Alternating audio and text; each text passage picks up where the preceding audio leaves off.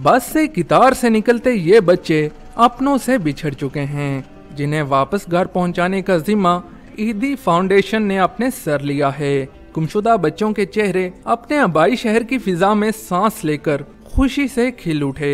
अंस और सदाम से तो माँ बाप से मजीद दूरी बर्दाश्त नहीं हो रही।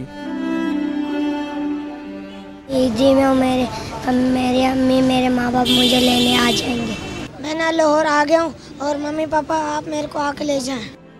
ईदी कारवां में 35 बच्चे शामिल थे, जिनमें से 22 को अंदरूने सिंध ईदी सेंटर भेज दिया गया ताकि इनके वालिदैन को ढूंढा जा सके। चंद को लाहौर, इस्लामाबाद और पेशावर में मुंतकिल किया जाएगा।